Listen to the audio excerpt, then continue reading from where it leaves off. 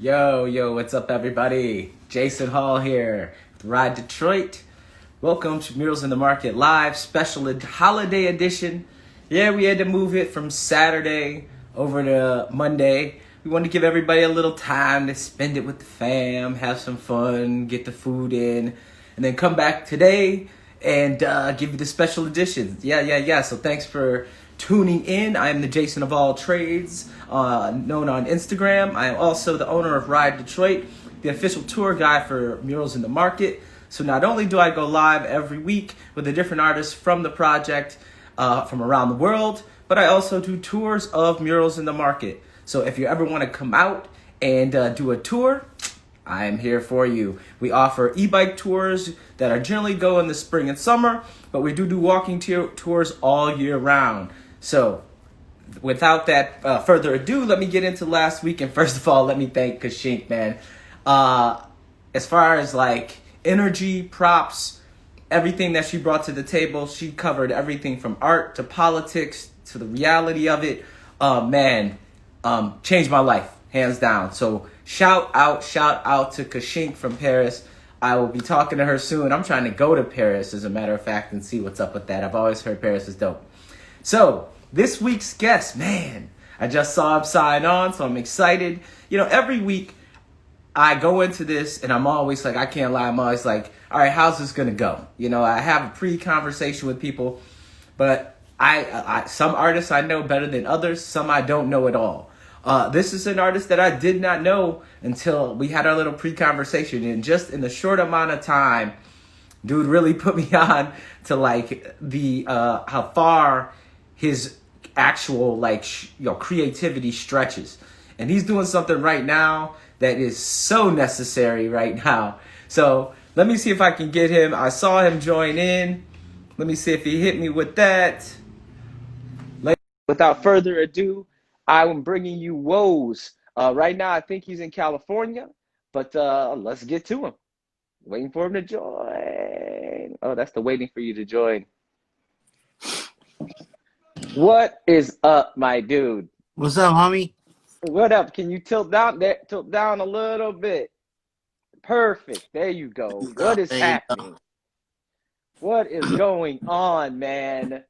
Chilling, dude. Thanks for giving me the time to come and share, dude. Nah, thank you for getting up, because you're in California, so it is quite a difference, brother.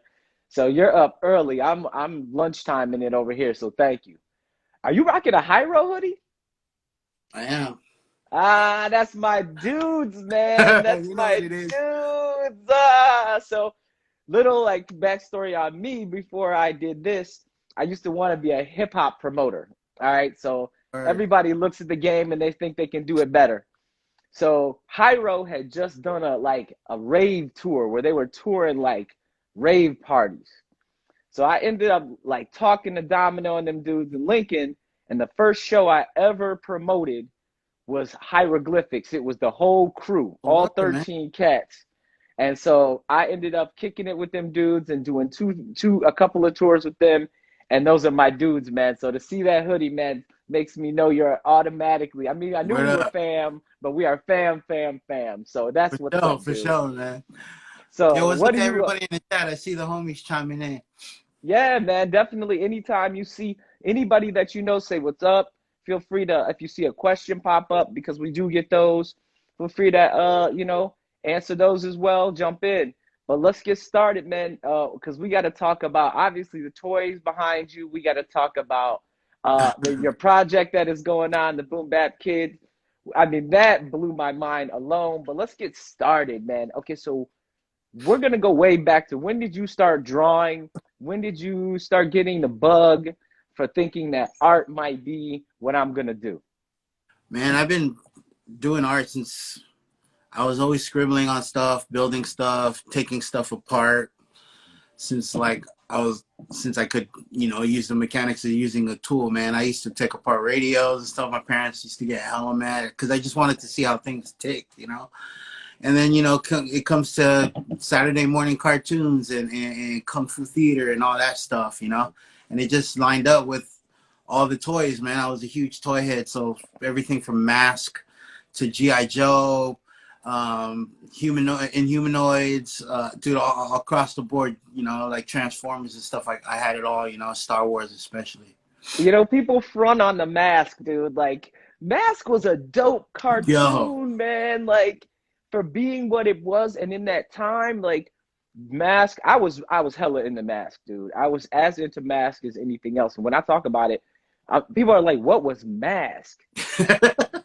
You know what I mean? yeah, Like, yeah, Mask, I can't remember, but Mask was an acronym for something, right? I can't remember what it was. yeah, yeah. I And totally, yeah. right, so But the now you got me. vehicles, the helmets Yeah. look fresh, you know? It was dope. It was cool. Absolutely, absolutely. So we're definitely from the same era because you're talking about Saturday morning cartoons. It was definitely Transformers. I was a heavy Thundercats dude. Yeah, me too. Uh, Heavy into He-Man. I was real into He-Man at that time. So is that so? Did you were you collecting toys at time, or were you just playing with them and breaking them? Well, I was playing with my mom's. Well, I mean, I grew a hell of poor, so we only had a certain amount, you know, and we can only have certain toys. You know what I mean? Like we can have all the GI Joes, but we couldn't have that aircraft carrier. You know what I mean? That Oh thing was. no! That's the second time this week it's come up, man. Like every year, people our age gonna be like, "Man, I got my heart broken because everybody wanted the aircraft carrier." I'm about to break your heart even more, man, because my mom, she got me the aircraft carrier, Oh man, man. Like I what? had it. I gotta go home and try to dig it up, man, because That is dope. I was that dude. Like my Christmas list wasn't just I need GI Joe. It was like I need specific. I needed Duke. I need Flint. You know, I Yeah. need the packs that came with it that were stands, the weapon packs. So yeah, man. Oh man, I'm sorry. I had an aircraft and I abused it, man. Like I was that kid who didn't like say to myself, "Wow, my parents really sacrificed for this." I was like, Mm. "Yo, let's bury it somewhere." And like see if we could do this. And so Oh man, we're I did getting the same. yeah. I blow them up with fireworks. You know, light them on right, fire. I did all that. right. So you were influenced by cartoons. So at that young age, you're already starting to get into like you're already doodling. So when does the spark? We're jumping here because we're talking about childhood. But when did you really start to say, you know what? I'm not doing like this isn't working for me, but art is really got my focus right now. um, well, at a young age, it was actually after watching Beach Street. Ah, see, man, you're cracking me over the head. Okay, go. This is gonna turn into my interview. Go. Okay, so Beach Street. Yeah, yeah, man. Just seeing you know, Raymo and stuff like that. Like, I know that was like, you know, being in Hawaii, that was our window, our first window at hip hop. You know what I mean? And that introduced me to everything. You know, that led me to my first hip hop tape, which was, you know, Houdini, Run DMC, and Fat Boys. And I was just the way that the trains look and stuff, that shit just pulled me in, you know what I mean? And I was all for it. And funny fact, me and my brother actually got busted. Like I must have been in like second grade or something, but we went around the school like tagging on shit with crayons, but it was just our name. It was our with real name. We were with writing our real cray name. in crayon. Yeah, we got busted. My parents, you know, like we got the little note tagged to us. We had to go home with this note saying that we were writing on the walls with pens and stuff. And yeah, it wasn't until way later, man. Like you know, I came up in graffiti. You know, I was bombing and tagging and stuff like that. And I always got busted as a child. Like my dad wanted me to be the classic, you know, get into sports and stuff like that, you know. But I spent all day inside drawing comic books and stuff. And he'd be like, "Yo, get your ass outside, go get dirty. Like, why are you like in your room all day long drawing Spider-Man?" You know, like I love to draw comic book characters and making up characters and stuff. So when I got busted for things, they didn't take away my Nintendo, or they didn't take away what they took away from me was my art Right. paper, my markers and stuff, because they knew all I wanted to do was doodle and draw and shit. You know what I mean? So it's just funny because, you know, I in '97 I got arrested 3 times for graffiti, and that's that kind of drew the lines for me. Like I was just like, oh man, I can't keep getting busted like this. You know, it's like hard. My moms were in Hawaii then, and but it's just funny. It became my career later down the line because my Right. parents hated it through my whole life. And even when I made it a career, like, you know, they're like, yo, what about retirement and you know, all the stuff that comes with being an adult. And you know, I just kind of just rode with it. And once they saw that I was being able to travel and do cool things with art, then that's when they supported me. You know what I mean? Right, right. It took a taste of success or you showing them that Yeah. it's a viable thing, man. That's funny because like my mom, when I started growing my dreads, she hated them. She used to like hold shit over my head all the time. She'd be like, "Oh, you want a job?" She'd be like, "Well, cut your hair and I'll help you get a job." Then when I got my job on my own, she was like, "Look at my son's hair. It's beautiful, isn't it?" So she flipped her whole There you script once go. I showed her that I could make it without, conforming. So you had to show them that it could be done, man. So that's what's up. So when did so you said you got busted in 97. So you were in the streets then, man, like you weren't just I talked to some artists, once again, they're art school and there's no disrespect to that, but they went to art school, they did their thing. And then there's other artists that they did their dirt, man. So you were Oh, in yeah. the streets. Yeah, I loved it, man. I was addicted. I was into vandalism, dude. Like even when I was into graffiti, it wasn't about. I mean, when it came to like doing production stuff, I was a character guy. I love doing characters. You know, I didn't really care for the letters too much. I loved it. I just wasn't that good at it. But I mean, I just love the adrenaline of it, you know, and seeing it and communicating with other writers when they saw it. You know what I mean? Like we kind of had it. It was kind of like it was like it was like our own social media, but more physical. You know what I mean? They're like, oh, I know a dude right there. Oh, I hate Right. that dude right there. You know, like and it's funny because the dynamics of it's just this group of underground people that kind of knew each other. It wasn't like no one else knew each other. You know what I mean? Right. So Right. Right. we're all trying to be a king of this like really underground thing. Like it's just funny to think about. Like no one knows who you are. And you're on the island, right? So you're on Yeah, in Hawaii. So it's easy to it seems like it'd be easier to get caught on an totally. island. Yeah, I, You I know what I mean? started. I started in California, and then Vegas is what. Because in California, I was kicking it with like cholos and stuff, and I was into like tagging and gang banging. You know, that was kind of a thing to do as a teenager. But wasn't until I moved to Vegas where I saw freights, and this was like in, I think it was in like 91, 92, I think, and b-boying was kind of like not really coming back because it was always back. It started oozing out of the ground again. You know what I mean? Mm-hmm. And it started to coexist again with hip hop and the culture itself. And of course, I was already hyped on that, so it just pulled me in even more. And I was just like, "What's up with these freights and letters and throw ups and stuff like that?" I really got pulled into that because of the culture being involved too. You know what I mean? So you spend a substantial amount of time getting up on freights, man, because most people don't get that's the easiest way to get your name in, national is on a Oh yeah, train. yeah. You know what I mean? Me and my homie used to live, and I ain't gonna say what his name is, because he ain't like us. But we used to live. We moved into a crib, and it was kind of hood, man. But I appreciated, that we were trying to save money. And years later, he was like, "You know why we moved in there, right?" And I was like, "No." Nah. He was like, "Because we lived 2 blocks away from a train track." He was like, Exactly. a fresh train came every single night. And he was like, and I didn't even think about it. He would leave at like 2 a.m. and I thought he was going to get some. I'm like, yo, he's got a shorty or something.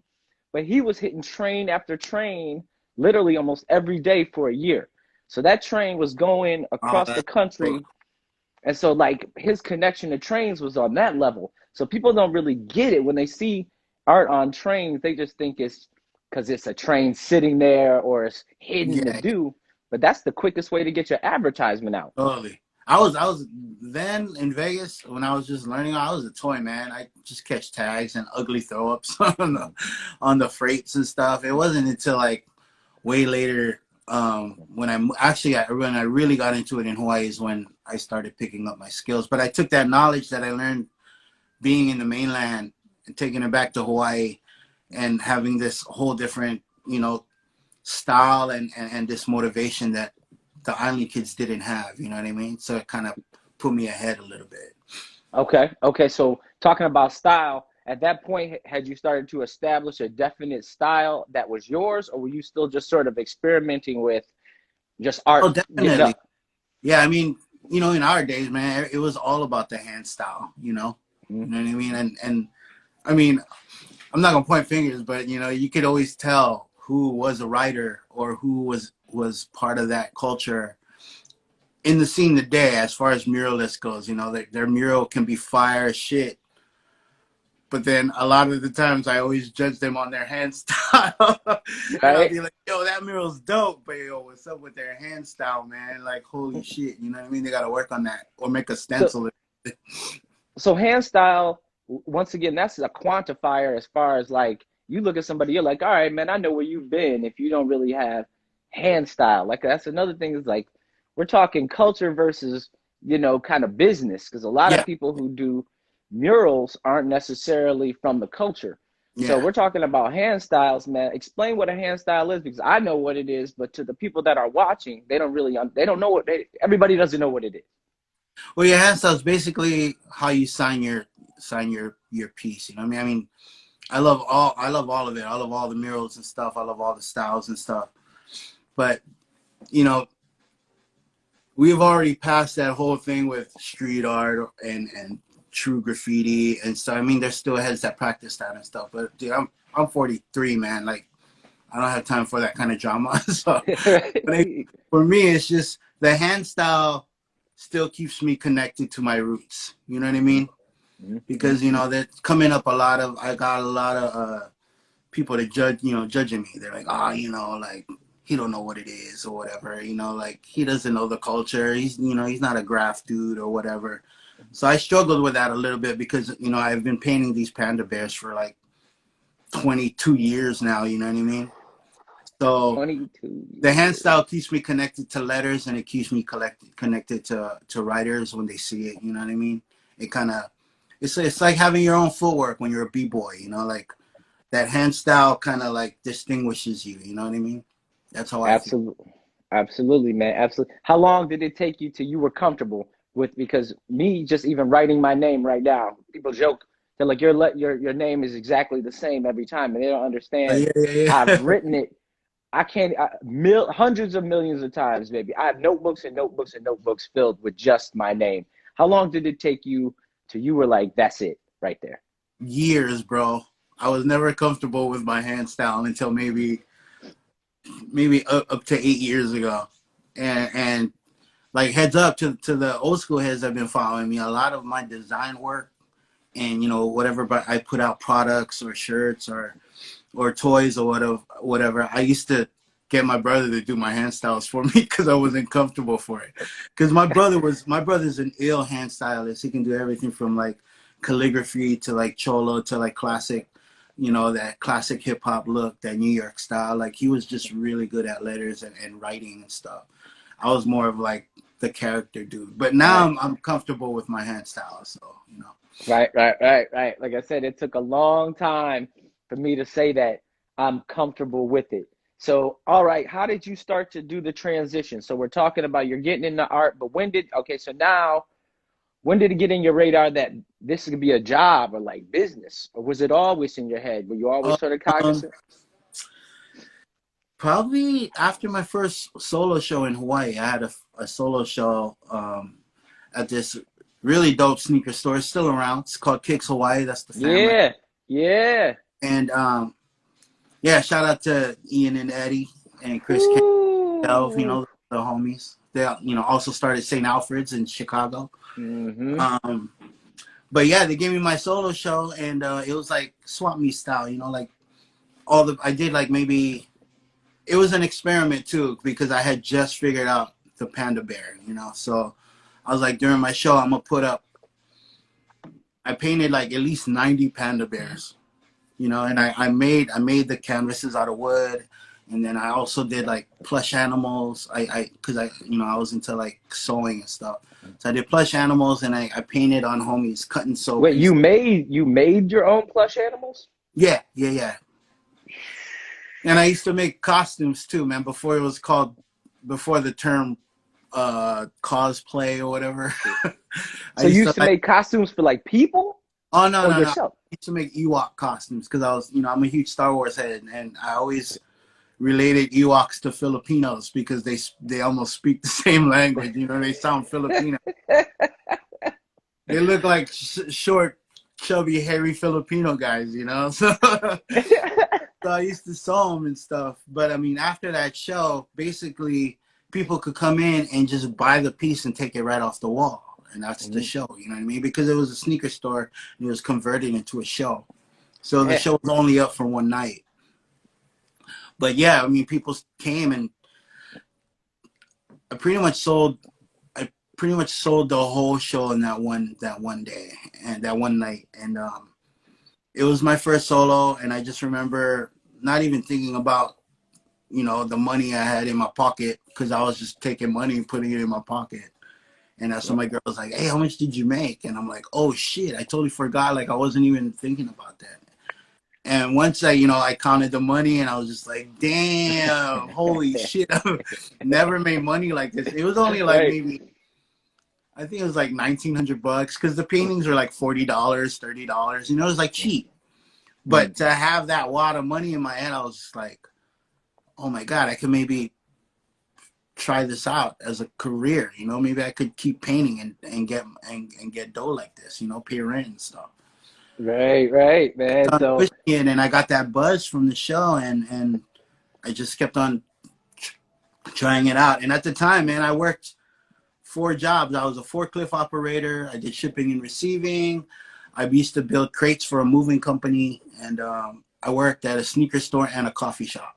So it's like, the only time I had time to do work was maybe a good 3-hour gap when I got home from work. You know what I mean? But I had no days off. I just worked and painted when I can.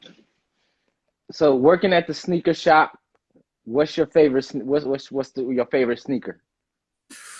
All Um, time. All time. of all time, Yeah, all time. damn. I'm across the board, man, because I don't stick to one style, and even when it comes to brands, like I'm not a hater of brands. You know what I mean? And it probably would have to be. Well, now it's the Jordan ones, but I mean, back in those days when I first started working at Kicks Hawaii, it was the Dunk Lows. When SBs came out. So Oh, I used to love those and trainer threes, Nike trainer threes. I love those because of the strap. I like the yep. strap.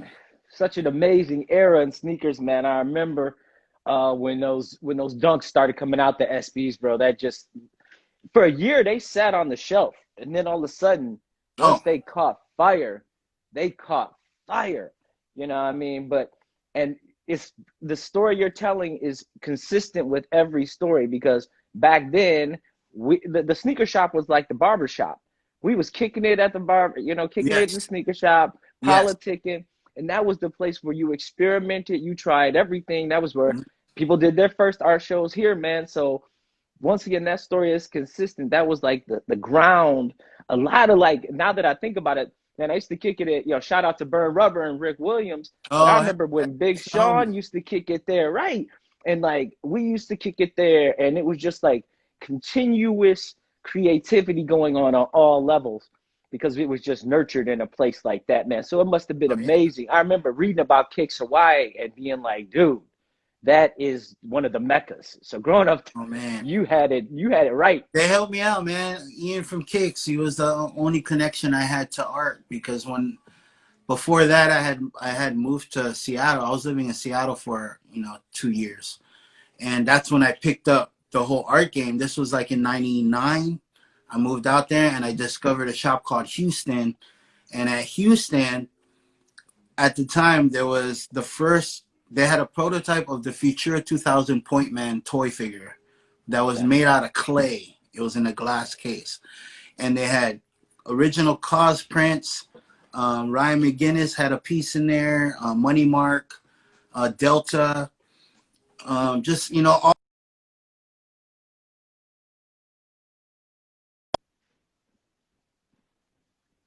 art store now, and I'm like, what? These guys are doing this shit now? Like they're doing this cool making toys and gallery shit. Like I ain't hating on that, you know what I mean? And it was quality work. So when that opened me up to it, and that store opened me up to it, when I moved to Hawaii, because back then the internet was still like, it was still behind. Like and being from Hawaii, being Hawaii, it's 4 years behind. So I had moved to Hawaii when I had sucked up all this knowledge. And the only guy I could connect with was Ian from Kicks, because he went to school in San Francisco and he knew about the culture and he was already following all the artists and stuff. So I would, like how you said, it was like a barbershop. Like I would, before I even worked there, I would go there because Ian was the only dude I could chop up about art with, you know what I mean? So, big ups to Ian, Information, and Faded Hawaii. Those guys gave me my first solo show, and that was in 2005, and it's just been nonstop since then, you know what I mean? So that was the year that was like the tipping point. When was the first time where you were, because you were working all these jobs. You ain't Jamaican, but you had 4 jobs on. You know what I'm saying? You had four Yeah. jobs. So when was the tipping point where you were like, all right, I'm quitting this shit right now. I'm going full steam ahead on the art. Probably after my well, I mean, I made the jump early on. In 2003 was the first time I was just independent, because I used to paint at these poetry slam spots, and that's how I made a lot of my fan base, because I would be over there painting live, you know what I mean? And I started selling the pieces that I was painting live and taking commissions. And I always tell people I felt like being a drug dealer, you know what I mean? Because people would hit me up and I'd be like, yeah, I can do that for you. And then, I get the number and be like, hey, yo, meet me at that McDonald's that's like by the Starbucks. And then, meet me there. And then I'd open my trunk, give them a piece, and they give me the money. And I'd be like, all right, cool, man, thank you. And then I'd book out, you know what I mean? But it was like that all the time, meeting with people and just selling them right out of my car, you know what I mean? And promoting on MySpace. That was a big thing back then. Yeah, man. Yeah, that hustle though. You got to get out and get in the streets. So you're talking about commission. So did anybody ever try to like suggest a type of commission? Like, hey man, I need you to do your art, but like put a Yeah. Red Wings jersey on it, like. Yes, all the time. I've done people's pets a lot, you know what I mean? And most of the time, and it's funny, the dynamics of that is funny, because when people ask me to commission something totally out the box, I always have to charge them more, because I'm so used to painting these panda bears, and Yeah. I know the math to painting them, you know what I mean? Right. And then they trip out. I'm like, well, I'm gonna have to charge you this for this, because it's gonna take me longer, to do, you know what I mean?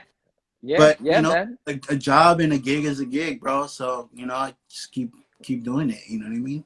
And once I got that formula down to travel and do it, that's when I went full on career. And my first travel trip was Berlin, And now after that show, it was just like, damn, You said that was your first travel trip was Berlin. Yeah, it was my first trip. That was in 2009 travel trip. Yeah. Okay. I would just send my pieces. I've done shows. I was sending artwork all over, like to mostly the main cities, San Francisco, New York, just doing group shows here and there. But then a guy hit me up from Berlin, Intoxicated Demons, and he wanted me to ship my work out there. And I was just like, hell no, I'm not going to ship my work out there. Like, you're going to steal my work. Like, I'm not going to do it. You know what I mean? And I told him, so I kind of like ghosted him. I was just like, I'm not doing this. And then a year went by, and finally I was just like, yo, if I fly myself there, can you give me a place to stay and a place to do a show? And he was just like, yeah, let's do it. So I saved money. I paid a trip for me and my DJ, because I didn't want to go by myself. It was my first like international show, to have him come and spin at my show. And yeah, I got that formula down, and you know, that's how I did it at first, man. I paid out of pocket to travel. You know, a lot of people don't know that. Like, a lot of Right. artists kind of get on their pedestal and they're like, nah, they need to fly me. Nope. Like, if you want it, you go and get it. You know what I mean? So I did that with Berlin. I did that with New Zealand, my first show in New Zealand, you know. Okay. Yo, you got to make it happen, dude. You know what I'm saying? Like, don't wait for it. Go get it. You know what I mean? And you Yeah. going any good business person knows you're gonna recoup that cost anyway. So it's all gravy. You know what I mean? Like I respect that hustle tenfold. You know what I mean? So you had being in Hawaii, you have Powwow, which is the street art festival right in your backyard, man. So having was there how was that? You know, was there any influence from that? I mean, or was it easier to get into that game because it was there? It's crazy because you know, like I said, like I started doing this kind of art in Hawaii, and when I moved back, and the first time I actually did my first group show in Hawaii was in 2002, and it was this kind of style, you know, it was like what we're into and stuff. But it being Hawaii, like, people caught on because it was just something new for them, you know. Mm-hmm. Like, it looks graffiti, but it's not graffiti. What is it, you know? But it looks cool. So doing that during Hawaii, like, from early on, like, it was really hard to get connected with people, like I was saying earlier, you know what I mean? But when Powwow came on the scene, it was just amazing because, I mean, for one, we're bringing all these dope artists to Hawaii now, you know what I mean? And it was dope because before Powwow had hit Hawaii, I had already been traveling. I've been hopping around the world and meeting artists and doing shows and kicking it with a lot of these cats. So when Powwow came, Powwow ended up flying some of my homies to Hawaii, and to have that, like, oh my God, I was just kicking it with you in Berlin. I was kicking it with you in Switzerland and or Mongolia or whatever, and now you're coming to my home. Like, this is amazing. You know what I mean? And yeah, it was just effortless because people are like, damn, Woes already knows a lot of these guys that are coming. Right. You know what I mean? And that's where people at first got it twisted, because me being the dude from Hawaii and representing Hawaii for such a long time, a lot of people thought I was like part of Powwow, like the board or whatever, you know what I mean? Those are just the homies, like, doing it. And I was fortunately in you know, being invited to it and having the homies come to my island to share the island too, man. Painting is one thing, but to have them come and show them the island, like, you know what I mean? You got to be that ambassador to the, you know what I'm saying? That true ambassador. It's a lot. It's solidified friendships a lot more too, you know. That's what's up. That's what's up. So now we got to get, because we have already been talking for 34 minutes and we haven't even got into what you know I want to talk about, man. So so you got just let's get into it, man. You were like, have you heard of this? And I was like, nah, man. So talk to me about this, because for real, dude, this is really one of the best things I've seen in a long time. So talk to me about, it's the Boom Bap Kids. Yes. And I want to talk about that and how it came to be and what is it, you know, what is it? Yeah, shout out to Mike Steele. I think he's in the chat. He's one of my partners in the Boom Bap Kids, one of the main dudes too. Well, Boom Bap Kids actually started before the Puppets. Boom Bap Kids started with me and Kevin Lyons, that piece we did in Detroit.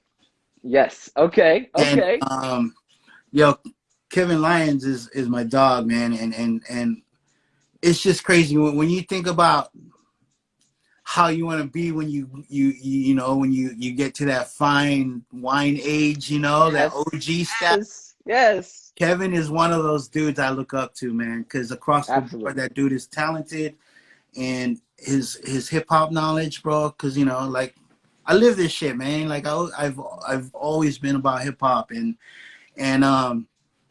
kicking it with Kevin and talking, because, you know, he has that New York history and he knows some of these dudes, you know.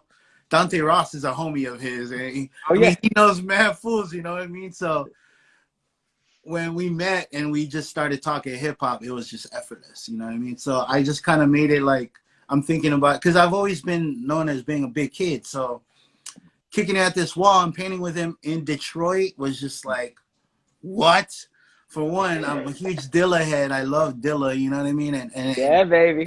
And you know, techno music and just the history of Detroit fucking hip hop is just amazing. So to be in that city and kicking it with Kevin Lyons and chopping up about hip hop and painting this massive wall was just like the perfect soup. You know what I mean? Mm-hmm.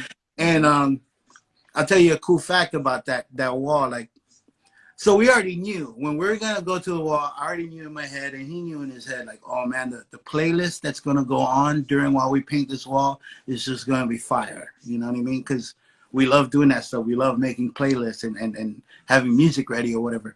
But Kevin Lyons showed up with a Ziploc bag with like, it must have been a little over 20 shuffles, like iPod shuffles. And I was just like, damn, what the hell you doing with all those shuffles? You know, he goes, well, what do you want to listen to? And I'm like, I don't know, man. We're in Detroit, right? Like we have we need some of that Detroit hip hop shit on this wall, Right. you know? And he goes, okay, well, he's going through his bag and he's like, well, each shuffle is 8 hours of music. So we got Slum Village, we got some Dilla, like each shuffle, he had each one planned out. And the reason why he said that he has these because when he steps into work, it's exactly 8 hours of music. So when he steps into his office, he plugs it into the speaker, pushes play, and doesn't have to do shit. Just the whole day is just ready. So that's why he had these shuffles. He's like, I made these before, and you know, like we're gonna be painting, so let's just have it ready. You know what I mean? Right. And when he showed me that, I was just like, what the hell? Right. Right. Right. So yeah, so I mean, I came up with the tagline, the hashtag called Boom Bap Kids, because for one, we're both older now, but you know, we love talking nostalgia. So I made up that hashtag called the Boom Bap Kids. Okay. And then later, a few years back, later, I remember my homie brought home an art piece, and shout out to my homegirl Carmen. She had an art show. Well, it was basically a hip hop Sesame Street theme. Mm-hmm. So all the artists had to like do like Muppet style work for her art show. You know what I mean? Right. So my homie bought a piece and he brought it home, and it was Fraggle Rock Kim. So Fraggle Rock Kim. it was a Fraggle that looked like Rakim, bro. He had the step and everything, bro. And I looked at this thing and I was like, yo, this thing is so sick. I was like, damn, I wish I had seen it. I would have bought it, you know what I mean? And I remember in my head, I'm like, yo, I love to sew, but damn, how ill would it be to make a Muppet, like my own version of a puppet, you know, like my own version of a Muppet. So then I did my own, and then I was just like, yo, this is sick. And people were like, yo, this is bugged out. And I'm also an MC, so I work on music with my boy Jose Mertz in Miami.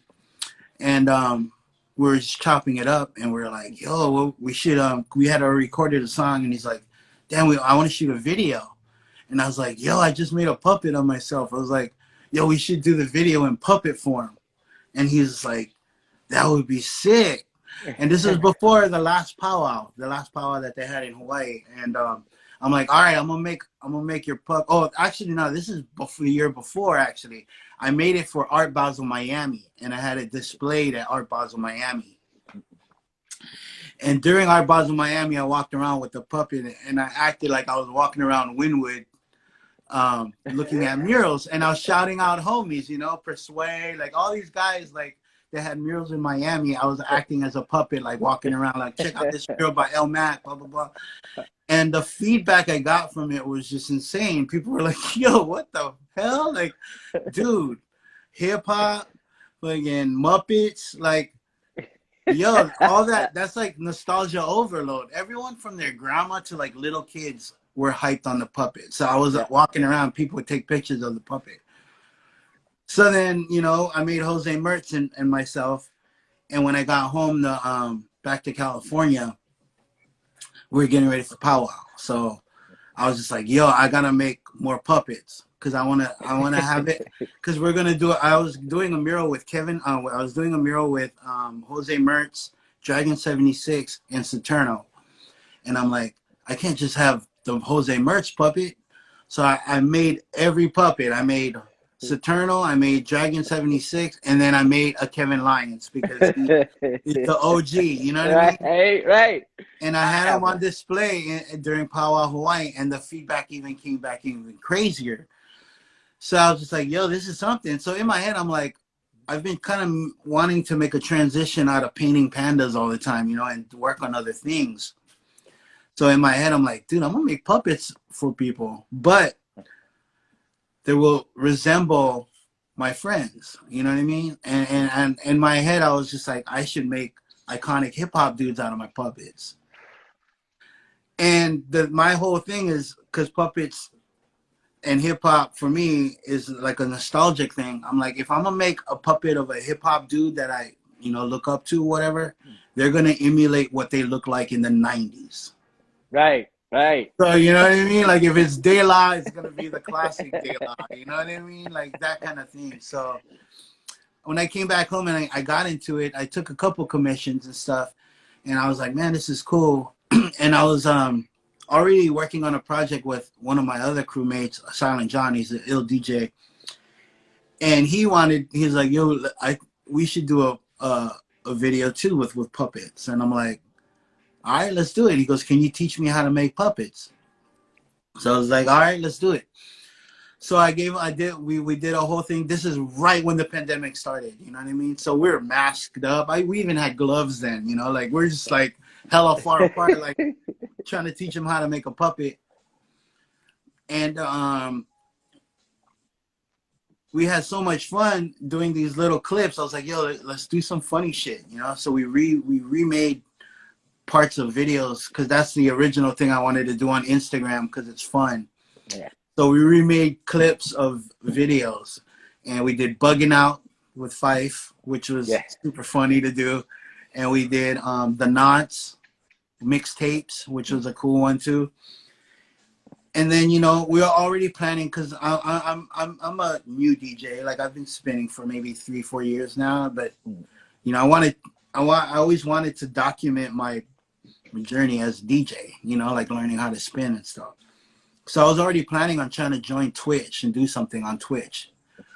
And even the other homies, because a lot of the homies from our DJ community are all moved to Twitch. Like they're all doing it. Yeah. Because of all the, like, you know, on Facebook they limit you or whatever, they mute people. So you had to move to Twitch for a second. So once we had the puppets, we had our first guest, who's now a puppet. He wasn't a puppet then. J-Ski1. He came in and he spun. Shout out to DP Sound. He spun and we acted as puppets next to him while he spun. And it was fun, dude. And people were like, what is going on here? You know, like what the hell? Because, you know, we were using green screen. So we have like this whole like environment going on. And I laced the whole DJ table with all my toys. You know, I had cars, everything. Like, so people were like, what the hell is this? So then just kicking it with the homie making puppets, he's like, dude, I want to figure out how to spin on Twitch as a puppet. So just from brainstorming and trial and error, man, John figured it out, how to do it effortlessly without it being like looking wild, you know what I mean? And it caught on like wildfire, man. Like people kind of just got addicted to it. I mean, it's just that the elements of it. I mean, there's been puppets. Like, you know, we're not the first hip hop puppets. You know what I mean? Right. I mean, the artist that started Crank Yankers, he's, you know, respected artist. I remember MTV Lyricist Lounge had a dope ass puppet show with Wordsworth and all those dudes. Yep. I wish they kept it going. I mean, they lost it, but I mean, it was dope. You know what I mean? Mm-hmm. But, you know, like, shout out to all those dudes. And, you know, we grew up on Fraggle Rock and Muppets and stuff. But what we wanted to bring to the table was the DJ side of it, and entertaining them, Yeah. you know, and entertaining for cats in our age, Yeah. basically. You know what I mean? Like, Bro, the minute I popped it up, before I even like hit the thumbnail and could hear it, like I was like, what? It, and then I turned it on and I was like, this is it. This is what out of shit I never expect. You know what I mean? I expect if you be like, yo, I'm working on projects, massive murals. You send me that, bro. That like changed my life like that second, dude. I'm telling you, yo, I needed that I today. love it, dude. You know what And I'm that's saying? because that's the reaction like we always get, and it became the reaction that we love. And in our show every time, man, there's always a few cats that come in there and they're like, yo, what the fuck am I watching? And then they're like chopping up with their homies in the chat, like, yeah, what is this? This is nuts. And then, you know, they're like, this is bugged out, man, but I like it. And then all of a sudden I'll be like, yo, what's up, so and so? And they're like, holy shit, the puppet talked to me, dude. Like, what the fuck? So it's the interaction, you know what I mean? When people Right. come in the room, they think it's pre-recorded or imposed with the DJ, but we're doing everything live. You know what I mean? Wow. Everything is live. And you know, we've, you know, shout out to the cats that reach out, and people that, you know, we look up to that dig the show. You know, we got shout outs from Little John during an interview, Macy O from De La, Jazzy Jeff sent us a Is there message saying he wants to do stuff with us. Huh? does it air at a certain time, or do you just We post used them to whenever you? go. We used to go on Monday, Wednesday, and Fridays, but now we're working on stuff to get us ready for the real world, which is funny to say. Like stuff to do outside of Twitch, you know what I mean? Like, you know, kind of like pick up our YouTube channel and stuff like that. Yeah, And yeah. and you know, we're trying to figure out shows and performances that will top our last ones. And it's fun, but it's been a challenge. You know, our last major show was with DJ Z Trip, DJ Day, Babu from Beat Junkies, and Newmark. And this is And we as the puppets. from a sound studio, and they performed while we were kicking it with them the whole time. I gotta send you. I'll send you a link to that, man. But So now that's really started to take over. That's the next phase of your gig right now. I mean, how many murals have you done? If you it sounds like you got a lot of focus but going I in. mean, before the pandemic, man, I had like at least 4 major mural jobs that I was looking forward to. You know, one of them was in Jordan actually, and of course, I lost all of it. You know what I mean, because of the pandemic. Mm-hmm. And that's what's cool about the Boom Bap Kids, is because it happened organically. It was something I wasn't planning on pursuing as an actual performance show, and just wanted to make puppets, man, because I like sewing. You know what I mean? And the hip hop DJ community like embraced us, and they love what we do, and we have fun doing it, and it's a perfect time for it because, you know, people are indoors, and we can't go anywhere. And that last show we did was Z Trip, Newmark, Babu, and DJ Day. That was like, you gotta think about it. That's like a Coachella lineup. You know Right, what I mean? Yeah, like right. thousands of people. You know what I mean? But here we are. These guys reached out and was like, you know, I mean, shout out to Lean Rock from Floor Lords crew in Boston. He helped. He was one of the main guys behind that, and we rock with Squadron B-Boy crew too. And to have all these guys in one spot, and it's just the performers, and there's the only audience is online. Like, imagine people's heads watching. They're like, man, I wish I could be there Right. physically. You know what I mean? So Man. it's just crazy fun, and the feedback is just amazing. And Z Trip made us a theme song, which is amazing. You know what I mean? And our Yeah, actually this is our first guest of the new year is Mad Skills. come on, man. So yeah, this is not just gonna be a hobby, man. This is gonna turn into something. I mean, you can feel it, the energy behind this, man. Like I said, hip hop needs stuff like this, man. And Yeah. that's what's up, man. I'm telling you right now, the next interview, I need to do it in Puppet. Oh, let's do it. So, I'm down. so I'll you do it need with to. we can do it with the crew too if you want the whole crew. Yes, man. So we gonna talk to Rula and figure out how we gotta pay to get me a puppet made, because boss lady, she's got all that handled. So we gonna get me a puppet made. But so what is? I mean, clear. I was about to say what's up next, but that is clearly. I mean, that's not the only thing up next. I know you got something else up your sleeve. What Yeah. what else I is mean, going on? I'm still doing the panda work. You know what I mean? I still like painting them, and it's more of a brand kind of thing. You know what I mean? I'm so putting out more like collabos with people and and toys, getting back into vinyl toys and stuff like that. Like the panda's been with me forever, man, and it took me around the world more than I could ever imagine, and you know it's a part of me. So I'll keep doing it, but not as much as you know as pushing it in a gallery or whatever. You know what I mean? I mean I'll still do shows here and there. It's fun, but you know like I just like doing a bunch of different things. You know what I mean? I got music coming out for fun. Like I've never put out an album. I've always been on people's albums. So to in my you know I'm comfortable with my writing now. But before you know like old hip hop, it was all about being too stylish, having too much style, using crazy words like people don't know what you're talking about. You know what I mean? But Right. now I got something to say, and if people dig it, they dig it. And the Boom Bap Kids, man. I mean, that's a bigger part of what I'm into right now and what I'm doing. And the squad I'm rolling with, Silent John, J-Ski, and Mike Steele, man. I have a good squad that are big nerds like me. You know what I mean? So doing it is just, even though it's just on Twitch and just the huge amount of feedback I've been getting from it is like already on some bucket list shit. You know, like I'm already bugging out on it. You know what I mean? I'm bugging out on it for you, brother. Like I said, I'm ready to watch it. I'm ready to. I got a 6-year-old.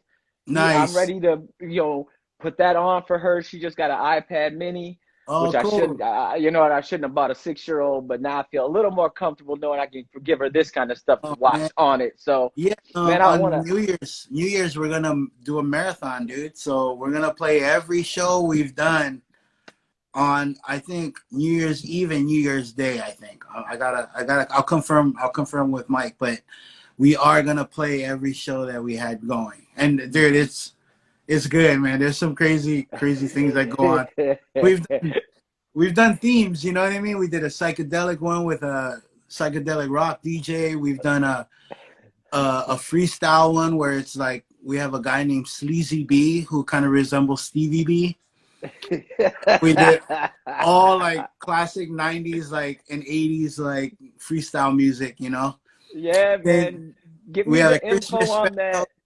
Give me the Yeah. info on that so I can definitely get it out to the people so we don't miss it, Uh, man. yeah. I'm gonna let you go, man, because it's almost Cool. been an hour, man. All You got good. All good. and the beauty of these, man, is like I said, they always last. We could have gone 2-3 hours easy, Oh, for sure. man. For So I sure. think the future of these is we're gonna start doing part twos where people can Okay. maybe go onto the web page. So I will be getting at you soon, man, about a For part sure, two man. because Hit me up, man. I mean, we literally touched everything. We didn't go deep at all. So I'm ready to go Okay. there, brother. So thank you for coming Yeah. on today, man. Shout out to everybody Anything in you want to chat. say? Any last things you want to say to the peeps? Yo, just mad love. Thanks for rolling with me. I know there's a lot of cats that stop by or in there that have seen the show, and just continue to support. We have merch and all that stuff on there too. You can sport some Boom Bap Kids on your chest. Yeah, man. So yeah, quick, 30 seconds. Where can all your information? Where can we get your art? Where can we support Just Instagram, man. That's my mainstay, and on Twitch, the Boom Bap Kids. We also have the Boom Bap Kids on Instagram. Y'all should follow because that's where our schedules are. And yeah, all the info is on my Instagram, my store, everything where you can find my art and stuff, man. Respects to you, man. It's good to meet you too, man. Nah, man, thank you. The smile that's been on my face, man, is 1000% genuine, brother. I mean, we would, I know for if we were near each other, we'd be kicking it like Ah, I'd man, be in that circle, dude. Because totally. everything you talked about, like I said, we probably the same damn age. We ain't gonna talk about our age, but we'll talk about it later. But I know we probably the same damn age, man. So What up? What nah, up? this was a pleasure for me, brother. Thank you, I'm man. gonna get at you soon in the future, man. Thank you for everything you do. For sure. Bless up, man. Thank you. All right, I'll talk to you soon. All right, peace. Peace. Yeah, everybody. There you have it. There you have it. Yet again, another amazing week. They get better every week. They get better because I get better and I get more comfortable with this dang thing in front of me. And I want to thank everybody, man, for an amazing trip this has been, man. It's not over yet, but this is the last show of 2020. So I just want to thank everybody for that. Happy holidays, man. Have a happy new year. Be safe. I just want to close out once again. I am Jason Hall. Thank you for everything. Thank you for watching. I'm the Jason of all trades on Instagram. Please add me. Please follow. We're going to keep bringing people to you into 2021 and beyond. As long as art's being made, we're going to do our thing. I can't get hyped enough about the new Spotlight Detroit. If y'all are not following that on Instagram, that baby's about to be open, so I won't have to do this shit from my living room. Hopefully, I'll get me a bedroom over there, like at my old parents' house. So, shout out to Paige, man. Like I said, I'm too hyped on all of this. If you want to stop by the bike shop, talk to me. I do work out of Electric Avenue Bikes, where Ride Detroit is headquarters. We can talk about tours. We can talk about art. Look, everybody out there, let's just be safe, man. Let's keep wearing those masks, keep being safe. And that's it for me, man. I love all of you. See you soon. Thank you, Woes. Thank you, everybody.